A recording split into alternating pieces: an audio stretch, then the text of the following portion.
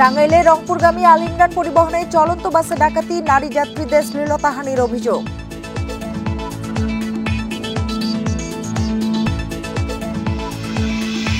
মানিকগঞ্জে বৈষম্য বিরোধী দুই ছাত্র নেতা আটক, টাকা নিয়ে আওয়ামী লীগ নেতাকর্মীদের মামলা থেকে বাদ দেওয়ার অভিযোগ।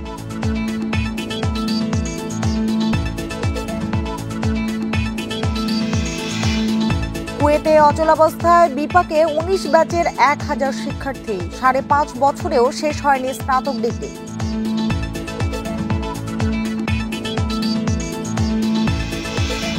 পূর্ব ঘোষণা ছাড়া ভারতের নিষেধাজ্ঞায় স্থলবন্দর দিয়ে পণ্য রপ্তানি ব্যাহত, ফেরত যাচ্ছে পণ্যবাহী ট্রাক, কমেছে রাজস্ব।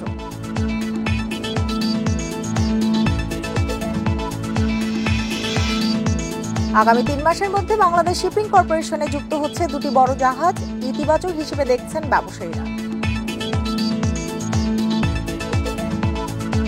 আমন্ত্রণ সমগ্র বাংলাদেশে, আপনাদের সঙ্গে আছে আমি সুমনা সিনি। এতক্ষণ জানাচ্ছিলাম শিরোনামগুলো, এবার জানাবো পুরো খবর। টাঙ্গাইলে আবারও চলন্ত বাসে ডাকাতির ঘটনা ঘটেছে। এ সময় লুটপাটের পাশাপাশি নারী যাত্রীদের শ্লীলতাহানির অভিযোগ উঠেছে। মঙ্গলবার রাতে ঢাকা টাঙ্গাইল মহাসড়কের এলেঙ্গায় এ ঘটনা ঘটে। পুলিশ জানে ৪০ জন যাত্রী নিয়ে আল ইমরান বাসটি রাজধানীর আবদুল্লাপুর থেকে রংপুরে যাচ্ছিল। পথে আবদুল্লাপুর, বাইপাইল ও সাভারের নরসিংহপুর থেকে আরও কয়েকজন যাত্রী ওঠেন। রাত ১১টার দিকে তারা দেশীয় অস্ত্রের ভয় দেখিয়ে বাসের নিয়ন্ত্রণ নিয়ে নেয়। এ সময় বাস চালক, হেল্পার ও সুপারভাইজারের চোখ মুখ বেঁধে ফেলে তারা। পরে যাত্রীদের কাছে থাকা টাকা, স্বর্ণালংকার ও মোবাইল ছিনিয়ে নেয়। এক পর্যায়ে ভোর ৫টার দিকে টাঙ্গাইল বাইপাইলের বাইপাসে শিবপুরে বাসটি রেখে পালিয়ে যায় তারা। পরে খবর পেয়ে বাসটি জব্দ করা হয়। গাও হাসতে হুসতে মনে করেন এখন জিনিসের লোভে, টাকা পয়সার লোভে গাও হাসতে হুসতে মনে করেন যে ওলে মোবাইল টোবাইল টাকা টুকু কানের রিং আসলো সেলে কারে ছেড়ে লিছে। ওদের মাছ থেকে আবার একজন ড্রাইভার, তারাই মনে করেন গাড়ি চালাইছে। আর ভোর ৫টা বাজে আমাদের ওরা আর কি টাঙ্গাইলের এদিকে আসিয়া নামাই দিছে। এ বিষয়ে আরো জানাতে টাঙ্গাইল থেকে যোগ দিয়েছেন সহকর্মী মামুনুর রহমান। মামুনুর রহমান, শুরুতেই জানতে চাই যে মঙ্গলবার রাতে ঠিক কখন এবং কোন জায়গায় এই ডাকাতির ঘটনা ঘটে? হাইওয়ে পুলিশ আপনাদের কি জানিয়েছে? আমরা কথা বলেছি টাঙ্গাইল সদর থানার যিনি ভারপ্রাপ্ত কর্মকর্তা রয়েছে তানভীর আহমেদের সাথে। তিনি যেটা জানিয়েছেন যে গতকাল রাতে ১১টার পর থেকে টাঙ্গাইলের এলেঙ্গা নামক স্থানে আসলে এই বাসের নিয়ন্ত্রণ নিয়ে নেয় ডাকাত সদস্যরা, এবং তারপরে ভোর ৫টা পর্যন্ত মহাসড়কের বিভিন্ন জায়গায় এই যে বাসটি দেখা যাচ্ছে, এই বাসটি নিয়ে ডাকাত দল ঘোরে এবং যাত্রীদের কাছ থেকে তাদের মালামাল লুণ্ঠিত করে। এ সময় বাসে ১০ থেকে ১১ জন নারী যাত্রী ছিল। তাদের কাছ শরীর থেকে গহনা, মোবাইল এবং টাকা নেওয়ার সময় শ্লীলতাহানির ঘটনা ঘটে বলে সেখানে আমরা যাত্রীদের সাথে কথা বলে জানতে পেরেছি। এর সাথে যোগ করি, বাসটা কিন্তু বাইপাইল থেকে যখন যাত্রীরা ওঠে, নরসিংহপুর থেকে যাত্রীরা ওঠে, এই যেসব জায়গা থেকে যাত্রীরা ওঠে এখান থেকে কিন্তু ডাকাতরা যাত্রী বেশে ওঠে, এমনটাই কিন্তু বাসের যিনি হেল্পার রয়েছে তিনি আমাদেরকে জানিয়েছে। এবং তিনি যেটা বলছে যে এলেঙ্গা আসার পরেই এই ডাকাত দলরা প্রথমে বাসের যিনি চালক রয়েছে তার উপর আক্রমণ করে দেশীয় অস্ত্র নিয়ে, তাকে সরিয়ে দেয় এবং বাসে চালক সহ ৩জন কর্মচারী ছিল, তাদেরকে হাত পা বেঁধে, চোখ বেঁধে রাখে এবং তারপরে ডাকাতিটা সংঘটিত হয়। রাত ১১টা থেকে ভোর ৫টা পর্যন্ত এই ডাকাতি সংঘটিত হওয়ার পরে সদর উপজেলার যে বাইপাস রয়েছে সেই বাইপাসে বাসটি রেখে ডাকাত দল চলে যায়। তারপর 999-এ ফোন পেয়ে টাঙ্গাইল সদর থানার পুলিশ সদস্যরা সেখানে যে বাসটি জব্দ করে এবং যারা যাত্রী রয়েছিল সেখান থেকে চলে আসে এবং যাত্রী থেকে একজন মিনু মিয়া, ৮ থেকে ৯ জন অজ্ঞাত ডাকাতদের আসামি করে মামলা করা হয়। পুলিশ যেটা বলছে যে ডাকাত ধরতে এরই মাঝে পুলিশের বেশ কয়েকটি টিম জেলা জুড়ে কাজ করছে এবং তারা যেটা আশা করছে খুব দ্রুততম সময়ের মাঝে এই বাসে ডাকাতি এবং শ্লীলতাহানির ঘটনার সাথে যারা সম্পৃক্ত রয়েছে তাদেরকে আইনের আওতায় আনা হবে। এই হচ্ছে আমার কাছে টাঙ্গাইল থেকে বাস ডাকাতির সর্বশেষ। মামুনুর রহমান, আপনাকে অনেক ধন্যবাদ। চাঁদাবাজি ও পুলিশের সাথে অসৎ আচরণের অভিযোগে মানিকগঞ্জে বৈষম্য বিরোধী ছাত্র আন্দোলনের ২ নেতাকে আটক করেছে পুলিশ। পুলিশ জানায় বৈষম্য বিরোধী ছাত্র আন্দোলন মানিকগঞ্জ জেলার যুগ্ম সদস্য সচিব মেহরাব খান ও আশরাফুল ইসলামকে আটক করা হয়েছে।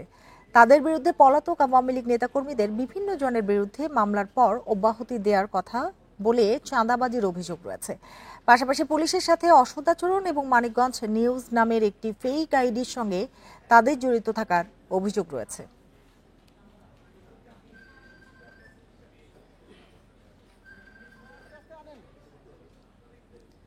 কুয়েটের অন্তর্বর্তী উপাচার্যকে দায়িত্ব পালনে অক্ষম উল্লেখ করে তার পদত্যাগ দাবি করেছে শিক্ষক সমিতি। দুপুরে সংবাদ সম্মেলনে একজন যোগ্য উপাচার্য নিয়োগ দেওয়ার জন্য সরকারের কাছে দাবি জানান শিক্ষক নেতারা। এর আগে তারা বেলা 11টা থেকে 1.5 ঘন্টা অবস্থান কর্মসূচি পালন করেন। এ সময় শিক্ষার্থীরাও তাদের সাথে যোগ দেন। পরে দুপুর 1টায় সাধারণ সভা শেষে আয়োজিত সংবাদ সম্মেলনে শিক্ষকরা বলেন, শিক্ষক লাঞ্ছনাকারীদের শাস্তির দাবিতে 4 মে থেকে আন্দোলন চললেও তাদের দাবি বাস্তবায়নে কোনো উদ্যোগ নেয়নি উপাচার্য। এ সময় উপাচার্যকে দায়িত্ব পালনে অক্ষম হিসেবে মন্তব্য করেন তারা। পরে দাবি আদায়ে আগামীকাল ক্যাম্পাসে মানববন্ধন কর্মসূচি ঘোষণা করে শিক্ষক সমিতি। মোটা দাগে যেটা বুঝতে পারছি যে উনি এই দায়িত্ব পালন করতে আসলে অপারগ, উনি অক্ষম। তা আমরা এটাকে আর দীর্ঘায়িত না করার জন্য ওনার প্রতি আহ্বান জানাচ্ছি, অনুরোধ রাখছি যে এই সংকটটা যেন দীর্ঘায়িত না হয়, সেই জায়গা থেকে আপনি আপনার সম্মানের সাথে আপনি দ্রুত সিদ্ধান্ত দিবেন। খুলনা প্রকৌশল ও প্রযুক্তি বিশ্ববিদ্যালয়ের চলমান অচলাবস্থায় বেশি বিপাকে পড়েছেন 19 ব্যাচের 1000 শিক্ষার্থী। করোনা সহ নানা কারণে বিএসসি ইঞ্জিনিয়ারিং কমপ্লিট করতে 5.5 বছর সময় অতিবাহিত হয়েছে তাদের। বর্তমান সংকটে চাকরির আবেদন বা উচ্চতর শিক্ষার জন্য বিদেশে যাওয়াও পিছিয়ে যাচ্ছে। বিএসসি ইঞ্জিনিয়ারিং 4 বছরের স্নাতক শেষ করতে 5.5 বছরের বেশি সময় পার হলেও তা সম্পন্ন করতে পারেনি 19 ব্যাচের শিক্ষার্থীরা। চলমান পরিস্থিতিতে তা আরও দীর্ঘায়িত হওয়ায় বিপাকে তারা। করোনার জন্য তো পিছিয়ে আমাদের হওয়ার কথা ছিল 24 সালে, কিন্তু আমরা 24 সালেও এখন বের হতে না পেরে এখন আমাদের 25 সাল হয়ে গেছে। আমরা আমাদের গ্রাজুয়েশন কমপ্লিটের দ্বার প্রান্তে দাঁড়িয়ে এখন পর্যন্ত সব অচল অবস্থায় রয়েছে। সংকট নিরসনে শিক্ষকদের দাবির সঙ্গে একাত্মতা প্রকাশ করে দ্রুত একাডেমিক কার্যক্রম চালুর দাবি জানিয়েছে সাধারণ শিক্ষার্থীরা। উভয়েরই বিচার হোক, বাইরে যারা অ্যাটাক করেছে, যারা হামলা করেছে ওদের বিচার হোক, প্লাস এখানে যারা আছে এদেরও বিচার হোক। তবে কোনো নির্দোষ যেন হচ্ছে, নির্দোষের যেন বিচার না হয়। টিচারদের সাথে একত্রতা পোষণ করতে এবং যে তদন্ত কমিটি রিপোর্ট প্রকাশ হয়েছে ওটা মেনে নিয়ে আমরা এগোতে যাচ্ছি। শিক্ষার্থীদের ভোগান্তির কথা স্বীকার করেছে বিশ্ববিদ্যালয় প্রশাসন। সংকট সমাধান হলে বিশেষ ব্যবস্থায় এসব শিক্ষার্থীদের এগিয়ে নেওয়ার কথা জানিয়েছেন শিক্ষকরা। বিসিকেও বলবো এদের টাইমটা শর্ট করে একটু টাইমটা কভার করা, এছাড়া মেকআপ করার কোনো পথ নাই। ভিসিকে বারবার বলছি আপনি একটা জরুরি মিটিং আছে সেই মিটিংটা দেন, আর এই সপ্তাহে আসা উত্তরণ করলে আমার ধারণা রোববার থেকে ক্লাস শুরু হতে পারে। ছাত্র শিক্ষকদের পাল্টাপাল্টি কর্মসূচিতে 3 মাস ধরে অচল কুয়েট। এতে সেশন জট বাড়ার পাশাপাশি ক্যাম্পাসে অস্থিতিশীল পরিস্থিতির কারণে দুশ্চিন্তায় অভিভাবকরা। অভিজিৎ পাল, ইন্ডিপেন্ডেন্ট নিউজ, খুলনা। জাতীয় রাজস্ব বোর্ড বিলুপ্তির অধ্যাদেশ বাতিলের দাবিতে আবারও কলম বিরতিতে নেমেছেন কর্মকর্তা কর্মচারীরা। এর আগে 5 দিনের কলম বিরতির পর মঙ্গলবার কাজে যোগ দেন তারা। তবে সরকারের পক্ষ থেকে ইতিবাচক পদক্ষেপ না নেয় আবারও কর্মবিরতি শুরু করেন তারা। এতে সকাল থেকে স্থবির হয়ে পড়েছে দেশের সবচেয়ে বড় শুল্ক স্টেশন চট্টগ্রাম কাস্টমস হাউস। ব্যাহত হচ্ছে আমদানি রপ্তানি কার্যক্রম। কর্মবিরতির কারণে ভোগান্তিতে পড়েছে কাস্টমস হাউসে আসা সেবা গ্রহীতারা। তৈরি হচ্ছে শুল্কায়নে ধীরগতি, যার প্রভাব পড়ছে বন্দরে যথাসময়ে আমদানি রপ্তানি পণ্য লোড আনলোডিংয়ে। দ্রুত এই সমস্যার সমাধানে সকল পক্ষকে কাজ করার আহ্বান তাদের। একই দাবিতে রাজশাহী কর ভবনের সামনে অবস্থান কর্মসূচি ও মানববন্ধন করেন কর্মকর্তারা। তাদের দাবি, সরকারের এখনো কোনো ইতিবাচক মনোভাব না দেখানোয় কলম বিরতি পালন করছেন তারা।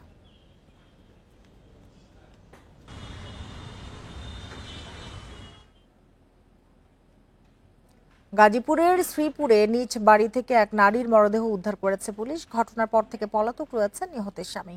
প্রতিবেশীরা জানান, সকালে ঘর থেকে দীর্ঘ সময় ধরে শিশুর কান্নার আওয়াজ পাওয়া যাচ্ছিল। পরে আশপাশের লোকজন ডাকাডাকি করে সাড়া না পেয়ে বাড়ির মালিককে ঘটনা জানান।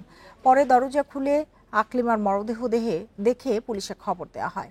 নিহতের শরীরে আঘাতের চিহ্ন রয়েছে জানিয়ে পুলিশ বলছে, পারিবারিক কলহের জেরে এই হত্যাকাণ্ড বলে প্রাথমিক ধারণা করা হচ্ছে।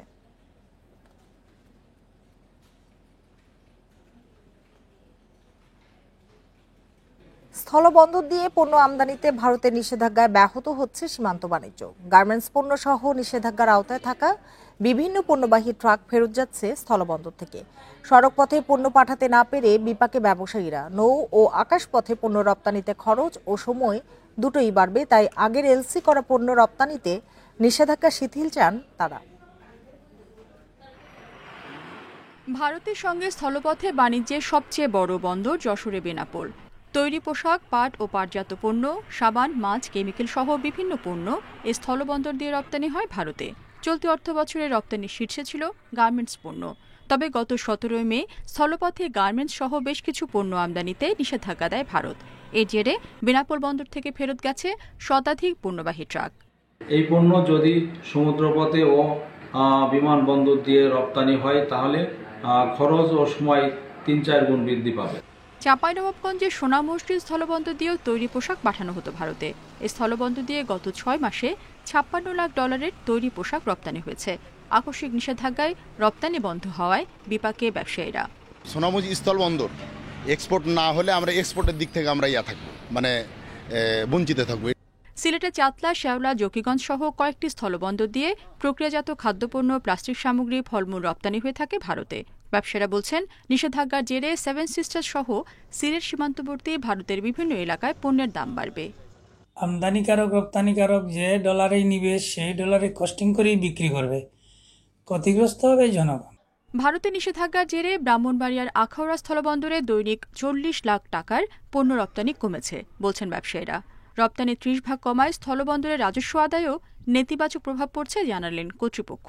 আগে যেত পার ডে 30-40 গাড়ি, আর এখন কমে আসছে, এটা 10 গাড়ি চলে আসছে। কিন্তু ওই পণ্যগুলো আমরা এক্সপোর্ট বেশি করতাম, ওগুলো কমে আসছে, আমাদের বন্দর মাসুল আগে যেটা কমে যাবে। নিষেধাজ্ঞা দেওয়ার পর লালমনিরহাটের বুড়িমারি স্থলবন্দর থেকে অন্তত 18টি পণ্যবাহী ট্রাক ফেরত গেছে। পঞ্চগড়ের বাংলাবান্ধা সীমান্ত দিয়েও ভারতে প্রক্রিয়াজাত খাদ্য সামগ্রী ও প্লাস্টিক পণ্য রপ্তানি বন্ধ রয়েছে। তবে নিষেধাজ্ঞার বাইরে থাকা সব পণ্য রপ্তানি স্বাভাবিক আছে। রেশমি নন্দী, ইন্ডিপেন্ডেন্ট নিউজ। এনে আরো জানাতে এবার সিলেট থেকে যোগ দিয়েছেন সহকর্মী মঞ্জুর আহমেদ। মঞ্জুর আহমেদ, সিলেটের কয়েকটি স্থলবন্দর দিয়ে তো আমরা জানি যে প্রক্রিয়াজাত খাদ্যপণ্য, প্লাস্টিক এবং ফলমূল রপ্তানি হয়, সেক্ষেত্রে এগুলোতে রপ্তানিতে কি ধরনের প্রভাব পড়ছে? মূলত হচ্ছে ভারতের 7 সিস্টারের সাথে কিন্তু সিলেট সীমান্তের বেশ কিছু এলাকায় শুল্ক বন্দর, স্থলবন্দর যে কিন্তু পণ্য রপ্তানি হয়। সিলেটে আসলে সবচেয়ে বড় যে স্থলবন্দর, যেটা কামাবিল স্থলবন্দর, সেখান থেকে আসলে মূলত ভারত থেকে আসলে এখানে আমদানি করা হয়, বেশি পাথর আমদানি করা হয়, এবং কিছু পণ্য আছে যে পিভিসি পণ্য, স্থানীয়ভাবে উৎপাদিত কিছু পণ্য আছে, সেগুলো আসলে রপ্তানি করা হয় এই স্থলবন্দর দিয়ে। এছাড়া বিয়ানীবাজারের শেওলা শুল্ক স্টেশন দিয়ে, সেখান থেকে কিন্তু বিপুল পরিমাণ পণ্য বাংলাদেশ থেকে ভারতে রপ্তানি করা হয়।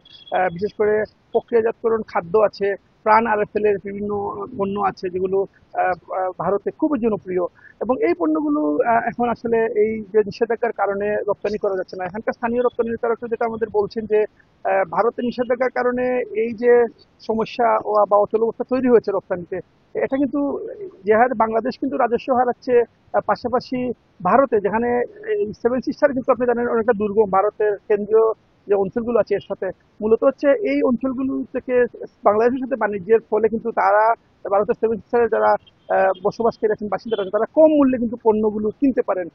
বিশেষ করে কস্টিং কম হওয়ার কারণে এখানে পণ্যগুলোর দাম অনেকটা কম হয়ে থাকে, বিশেষ করে বাংলাদেশি যে পণ্যগুলো ওখানে যায়।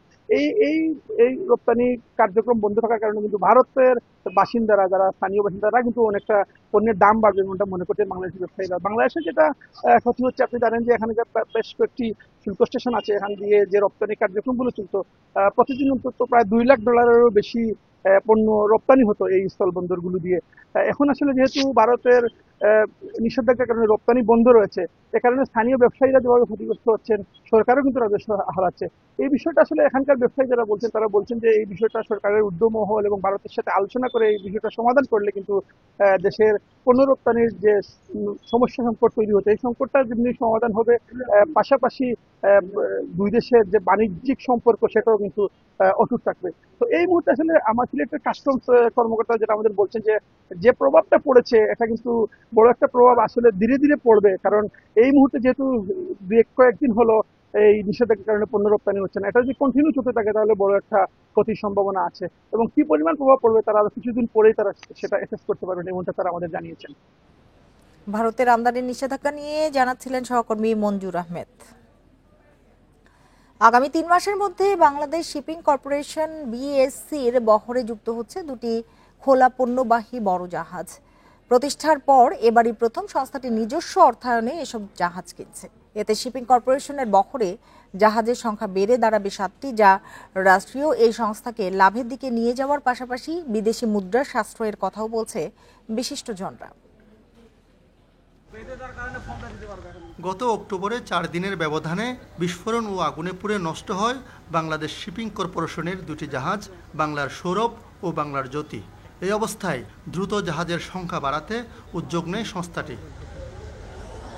এরই মধ্যে ক্রয় সংক্রান্ত অনুমোদন প্রক্রিয়া শেষ হয়েছে। প্রায় 65,000 টন ধারণ ক্ষমতা সম্পন্ন 2টি জাহাজ কিনতে চলতি মাসেই আন্তর্জাতিক টেন্ডার আহ্বানের কথা জানিয়েছেন কর্তৃপক্ষ। সম্পূর্ণ নিজস্ব অর্থায়নে 2টা বড় সাইজের প্রায় 65,000 টনের ডেড ওয়েট টনেজের বাল্ক ক্যারিয়ার আমরা কিনতে যাচ্ছি, এবং আশা করছি আগামী 2.5 মাস থেকে 3 মাসের মধ্যে আমাদের বহরে যুক্ত হবে। জাহাজ বাণিজ্যের সাথে জড়িতরা বলছেন, রাষ্ট্রীয় পতাকাবাহী জাহাজ বাড়লে বৈদেশিক মুদ্রা সাশ্রয়ের বড় সুযোগ তৈরি হয়, পাশাপাশি দেশি নাবিকদের কর্মসংস্থানও বাড়ে।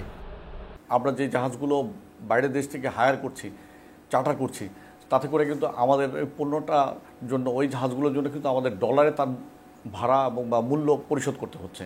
আর আমাদের নিজস্ব জাহাজ হলে পরে আমাদের এই কারেন্সিগুলো, ফরেন কারেন্সিগুলো কিন্তু আমাদের দেশেই থেকে যাবে। ক্ষতিগ্রস্ত জাহাজ দুটি সম্প্রতি 55 কোটি টাকায় স্ক্র্যাপ হিসাবে বিক্রি করা হয়েছে। এর বদলে 2টি ভাড়া জাহাজে জ্বালানি তেল পরিবহন করছে বিএসসি। আলমগীর সবুজ, ইন্ডিপেন্ডেন্ট নিউজ, চট্টগ্রাম। কয়েকদিন ধরেই থেমে থেমে বৃষ্টি হচ্ছে দেশের বিভিন্ন জেলায়। এর মধ্যে নোয়াখালী ও চাঁদপুরের বিভিন্ন এলাকায় শুরু হয়েছে জলাবদ্ধতার ভোগান্তি। এছাড়া বৃষ্টি ও উজানের ঢলে কুড়িগ্রাম ও লালমনিরহাটে তলিয়ে গেছে ফসলের জমি। নদ নদীর পানি বাড়তে থাকায় আগাম বন্যার শঙ্কায় প্রস্তুতি নিচ্ছে প্রশাসন। মঙ্গলবার সন্ধ্যা থেকে নোয়াখালীতে মাঝারি ও ভারী বৃষ্টির কারণে মাঝদিতে তৈরি হয়েছে জলাবদ্ধতা। পানির নিচে তলিয়ে গেছে শহরের বিভিন্ন গুরুত্বপূর্ণ সড়ক। মাস্টারপাড়া, খন্দকারপাড়া, লক্ষ্মীনারায়ণপুর সহ বিভিন্ন আবাসিক এলাকায় উঠেছে পানি।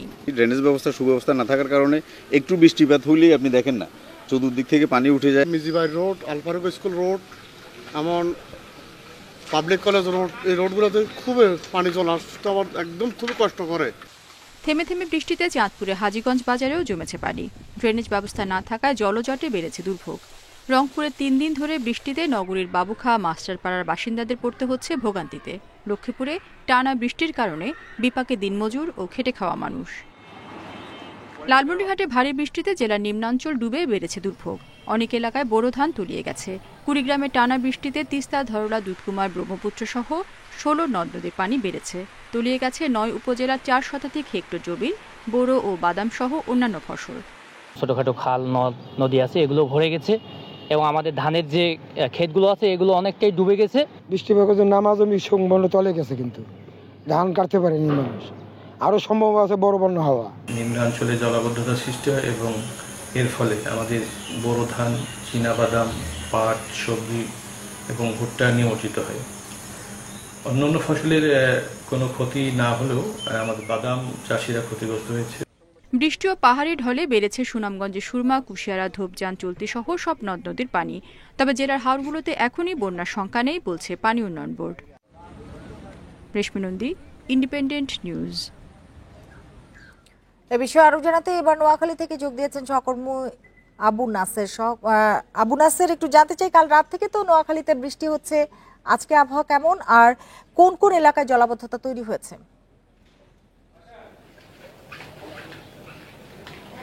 হ্যাঁ, গতকাল সন্ধ্যা 6টা থেকেই নোয়াখালীতে বৃষ্টি হচ্ছে এবং আজ বেলা 12টা পর্যন্ত আবহাওয়া অফিস জানিয়েছে যে 218 মিলিমিটার বৃষ্টিপাত রেকর্ড করা হয়েছে এবং এটি এ পর্যন্ত এই জেলার বছরের সর্বোচ্চ বৃষ্টিপাত বলে আবহাওয়া অফিস জানিয়েছে।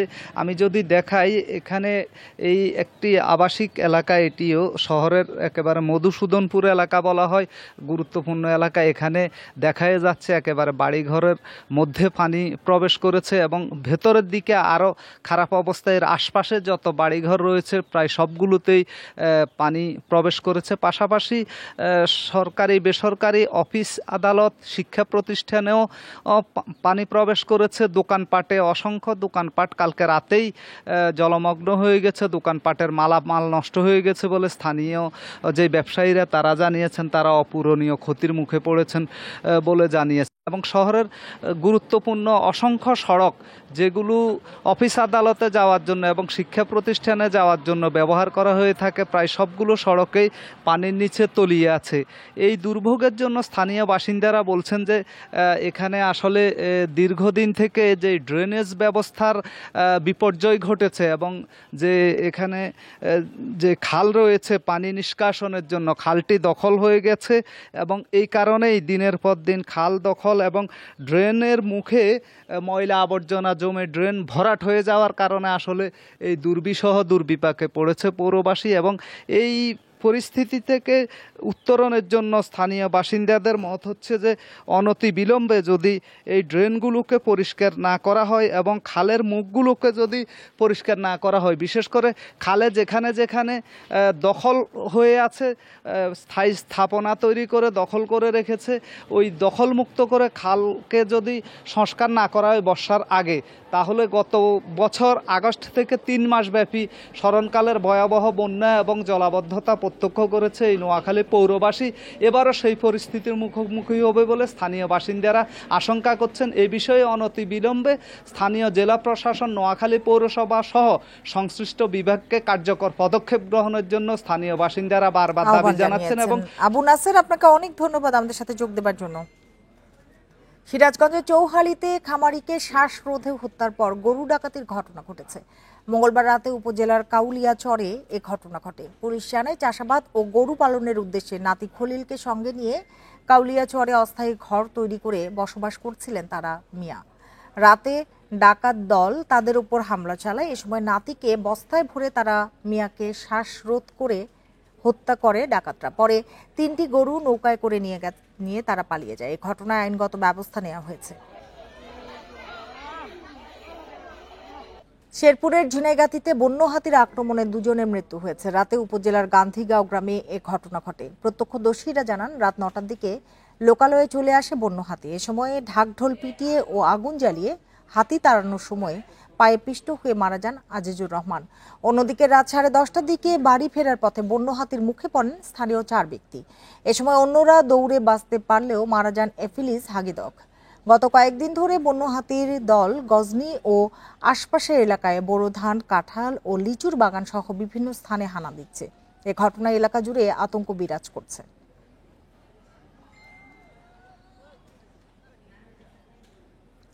জলাবদ্ধতা নিরসনে লক্ষ্মীপুর সদরে খালের 2 পাড়ের অবৈধ স্থাপনা উচ্ছেদ করেছে প্রশাসন। সকাল থেকে উপজেলার ছাগলছিড়া ও জকসেন পোদ্দার বাজার খালের দুপাশে অভিযান চালানো হয়। প্রথম দিনেই অর্ধ শতাধিক স্থাপনা উচ্ছেদ করে প্রশাসন। দীর্ঘদিন ধরে খালের দুপাড়ে অবৈধভাবে দখল করে বহুতল স্থাপনা গড়ে তোলা হয়েছে। পাশাপাশি খালের মাঝখানে বাঁধ দিয়ে মাছ চাষ করায় পানির প্রবাহ বিঘ্নিত হচ্ছে। এতে সামান্য বৃষ্টি হলে শহরের বিভিন্ন স্থানে দেখা দেয় জলাবদ্ধতা। ভোগান্তিতে পড়েন সাধারণ মানুষ। খালের প্রভাব স্বাভাবিক রাখতে এ অভিযান চলমান থাকবে।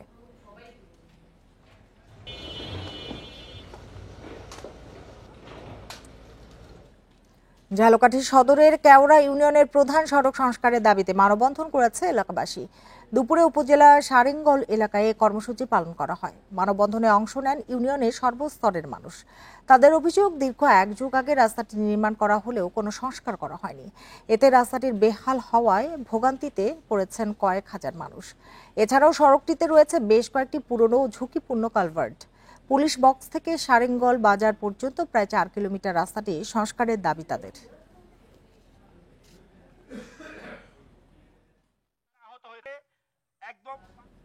রাঙামাটিতে পার্বত্য জেলার কৃষক ও জনপ্রতিনিধিদের নিয়ে আঞ্চলিক কৃষি কর্মশালা অনুষ্ঠিত হয়েছে। সকালে সদর উপজেলা পরিষদের সম্মেলন কক্ষে এ কর্মশালা অনুষ্ঠিত হয়।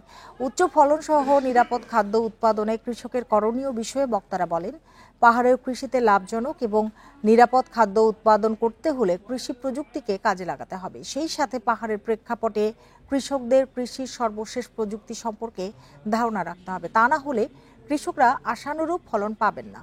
কর্মশালা উপলক্ষে বিভিন্ন প্রকারের মৌসুমী ফলের প্রদর্শনীর আয়োজন করা হয়।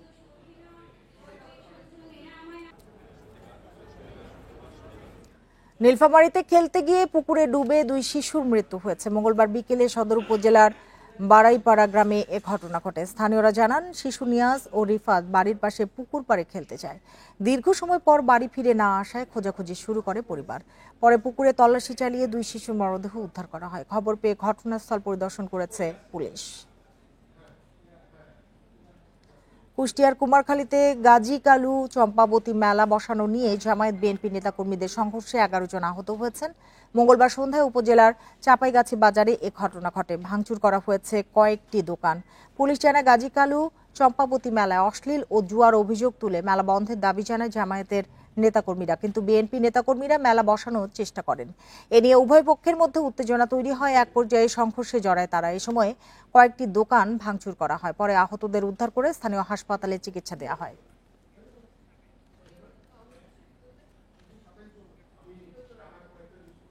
এই ছিল এখনকার সংবাদে। ইন্ডিপেন্ডেন্ট টেলিভিশনের সব খবরের আরো বিস্তারিত জানতে চোখ রাখুন ফেসবুক, ইউটিউব এবং এক্সে। ধন্যবাদ সবাইকে এতক্ষণ সাথে থাকার জন্য।